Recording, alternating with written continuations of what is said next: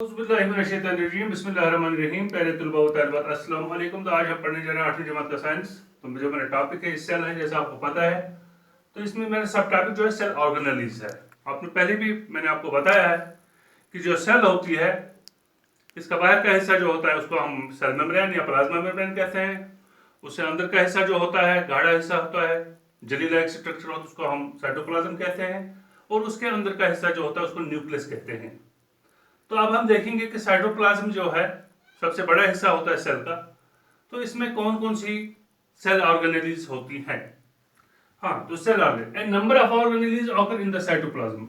बहुत सारी cell organelles जो ये साइटोप्लाज्म है उसमें होती हैं। जैसे माइटोकॉन्ड्रिया है, क्लोरोप्लास्ट है, गोल्गी कॉम्प्लेक्स है, एंडोप्लाज्मिक रेटिकुलम है, लाइसोसोम्स है, रिबोसोम्स है। इसके अलावा वाटर वगैरह भी होता है। तो हम पढ़ेंगे एक एक करके। हम माइटोकॉन्ड्रिया, जिसको power house of the cell भी कहा जाता है, it is a rod shaped और स्फेरिकल इन शेप। रॉड जैसा होता है, रॉड शेप जैसे होते हैं, या कभी कभी गोल जैसे भी, स्फेरिकल अंडे जैसे। तो इनका काम क्या है? रेस्पिरेशन है बेटे इनका काम। जब रेस्पिरेशन होती है तो ये एनर्जी प्रोवाइड करते हैं सेल को। हाँ, it is the rod shaped or spherical in shape. It performs the function of respiration. It provides a cell with energy. तो सेल को ये एनर्जी बख्शता है, ताकत बख्शता है सेल को। माइटोकॉन्ड्रिया, इसी के जरिए ऑक्सीजन बाहर छोड़ी जाती है सेल में, और कार्बन डाइऑक्साइड लिया जाता है। या कभी पौधों में जैसी बात होती है, तो इंसानों में क्या होता है, ऑक्सीजन अंदर लेते हैं तो वहां से कार्बन डाइऑक्साइड बाहर देते हैं। इसी प्रोसेस को रेस्पिरेशन, जो अलग टॉपिक है, वहां जाकर आप पढ़ेंगे ये अगले क्लासों में रेस्पिरेशन के बारे में।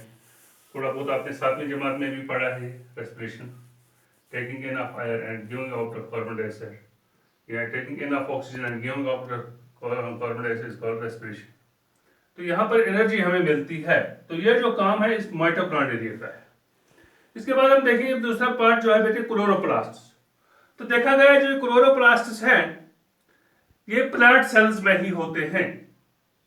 इनमें एक पिगमेंट होता है, दैट इज ग्रीन पिगमेंट होता है, जिसको हम क्लोरोफिल के नाम से पुकारते हैं। तो जो क्लोरोफिल का काम क्या है, ये भी आपने 7वीं जमात में पढ़ा है कि इसका काम है to prepare the food by the process of photosynthesis. Photosynthesis आपने ऑलरेडी पढ़ा है 7वीं जमात में। तो by the process of photosynthesis, तो ये जो गुजा तैयार करती है एक पौधे के लिए, तो ये सिर्फ और सिर्फ प्लांट सेल्स में ही पाया जाता है। इसके बाद है गोल्गी बॉडीज बेटी, तीसरी cell organelle Golgi bodies. It collects and distributes substances made in the cell easy proteins. तो ये जमा करती है, पकड़ती है और डिस्ट्रीब्यूट करती है। जैसे एक स्टोर कीपर होता है वो चावल हेड ऑफिस से लाता है और सार्फिन को बांट के देता है। इसी तरह जो ये गोल्गी बॉडीज होती हैं, ये भी कलेक्ट एंड डिस्ट्रीब्यूट का काम करती हैं। तो जैसे प्रोटीन्स को ये डिस्ट्रीब्यूट करती हैं और उनको जमा रखती है। इसके बाद बेटे एंडोप्लाज्मिक रेटिकुलम। तो एंडोप्लाज्मिक रेटिकुलम होता क्या है? It is a series of tubules of varying shapes called cisternae. तो जो ये एंडोप्लाज्मिक रेटिकुलम होती है, ये सीरीज ऑफ ट्यूब्यूल्स होती है, ट्यूब जैसे स्ट्रक्चर्स होते हैं, जिनको हम सिस्टर्नी कहते हैं। तो ये क्या काम करती है? It provides large surface areas for life functions to take place. ये मुयसर करती है area for the life taking functions. Life functions होने के लिए ये लार्ज सरफेस एरिया फराहम करती है। तो उसके बाद बैठे लाइसोसोम्स। लाइसोसोम्स क्या होते हैं? Lysosomes are also called society of bags. इनको हम कहते हैं खुद का बम का हथियार, इनको हम कहते हैं।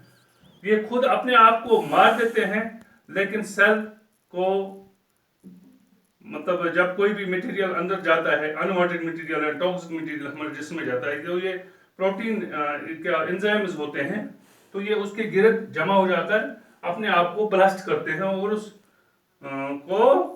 फॉरेन मटेरियल को या अनवांटेड मटेरियल को या टॉक्सिक मटेरियल को जो बाहर से आता है या जिस्म में पैदा होता है, तो उसको ये खत्म कर देते हैं। तभी इनको सोसाइटियल बैग्स का नाम भी दिया गया है। तो लाइसोसोम्स हम लिखते हैं, lysosomes are also called societal bags. They contain enzymes which help in the breaking of the toxic and unwanted materials. Toxic होते हैं जहरीली चीजें, अनवांटेड होती है वो चीजें जो हमें हमारे जिस्म को या किसी भी जिस्म को जरूरत नहीं होती है। इसके बाद बेटे राइबोसोम्स। तो राइबोसोम्स क्या होते हैं? राइबोसोम्स आर स्मॉल, छोटे होते हैं, ये जरे डेंस, गाढ़े होते हैं, स्फेरिकल और स्फेरिकल शेप में होते हैं, which occur in the cytoplasm freely और remain attached with endoplasmic reticulum. वो साइटोप्लाज्म में या तो फ्री रहते हैं या अटैच रहते हैं या पकड़े रहते हैं, किसके साथ? एंडोप्लाज्मिक रेटिकुलम के साथ। तो ये भी एक अहम काम करती है प्रोटीन सिंथेसिस में। They play an important role in the protein synthesis. थोड़ा मैं फिर आपको बताऊंगा। साइटोप्लाज्म में बहुत सारी क्या कहेंगे सेल ऑर्गेनेल्स होती हैं। Mitochondria is there, chloroplasts are there, Golgi complex is there, endoplasmic reticulum, lysosomes, ribosomes. All these organelles are found in the cytoplasm.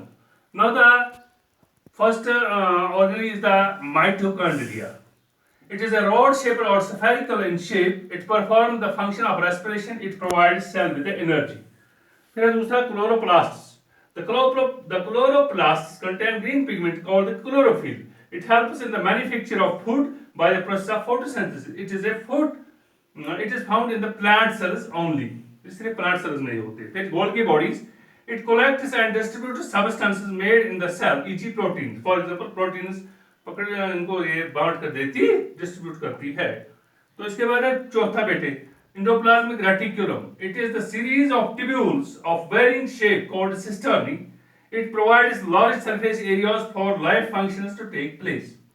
फिर पांचवी है बेटे लाइसोसोम्स। पांचवी ऑर्गेनेली जो है लाइसोसोम्स है। Lysosomes are also called suicidal bags.